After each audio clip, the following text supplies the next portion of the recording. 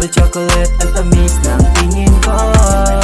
Sarap, sarap, mag-jamin. Ang sarap, sarap, mag-jamin. Jamin, halika't mag-jamin tayong dalawa. Heart for Beach Cleanup. I love spending time in beach. Masayang maligo kasama ang ating mga minamahal. Nararapat lamang na pangangalagaan din natin ang ating karagatan. Dahil tulad ng mundong ibabaw, mayroon ding halaman at mga lamang dagat na naninirahan sa lalim.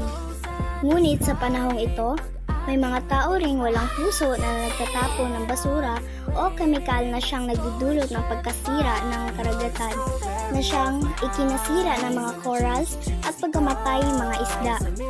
Kaya, kasama ang jamming, nais kong maging boses para sa kalinisan ng ating karagatan sa pamamagitan ng pagiging responsable sa mga basura o anumang bagay na ikakasira ng ating karagatan. Sama-sama tayong maglinis at magtapo ng basura sa wastong paraan, paghihiwalay ng nabubulok at hindi nabubulok, pag-recycle ng mga basura tulad ng bote, gawang lalagyan, mantika, tuyo or DIY, plastic. Gaya ng suot ko ngayon, nang pwedeng pang fashion and modeling, kailangan lang nating maging malikhain sa mga bagay sa ating paligid.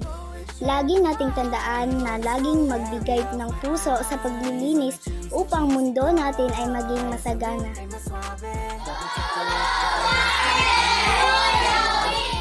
I'm your little Miss Jamin, Charlotte P. Baluya, representing from the tuna capital of the Philippines, General Santos City.